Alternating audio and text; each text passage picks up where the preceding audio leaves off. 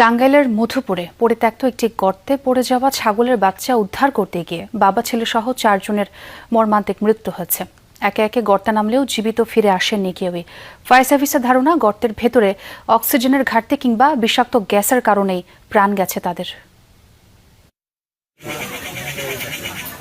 টাঙ্গাইলের মধুপুর উপজেলার জলই গ্রাম। বাড়ির উঠানে খেলা করছিল ছোট নেইমার মং। হঠাৎ প্রতিবেশী গেব্রিয়েল নকরেকের চোখের সামনেই গর্তে পড়ে যায় ছোট্ট একটি ছাগল। ছাগলটিকে উদ্ধারের চেষ্টাকালে ছোট গর্ত দিয়ে নিজেই নেমে যায় নেইমার। দীর্ঘ সময় নেইমারের সাড়া না পেয়ে গর্তে নামে তার মামা রতন নকরেক। এরপর থেকে সাড়া মিলছিল না তারও। পরে নেইমারের বাবা বাবুল হাজং এবং পরবর্তীতে প্রতিবেশী গেব্রিয়েল নকরেকেও নামেন গর্তের ভেতর। কারো কোনো সাড়া না পেয়ে খবর দেওয়া হয় ফায়ার সার্ভিসকে। পরে ঘটনাস্থল থেকে উদ্ধার করা হয় 4 জনের মরদেহ। কে চালাবে এসব কিছু? বাবা তো চলে গেছে, বাবা ছাড়া তো আমাদের কেউ নাই।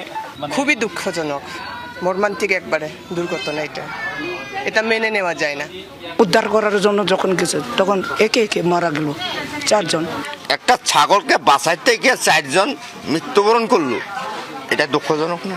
পুলিশের ধারণা, গর্তের ভেতরে অক্সিজেনের স্বল্পতা অথবা জমে থাকা বিষাক্ত গ্যাসের কারণেই শ্বাসরোধ হয়ে তাদের মৃত্যু হতে পারে।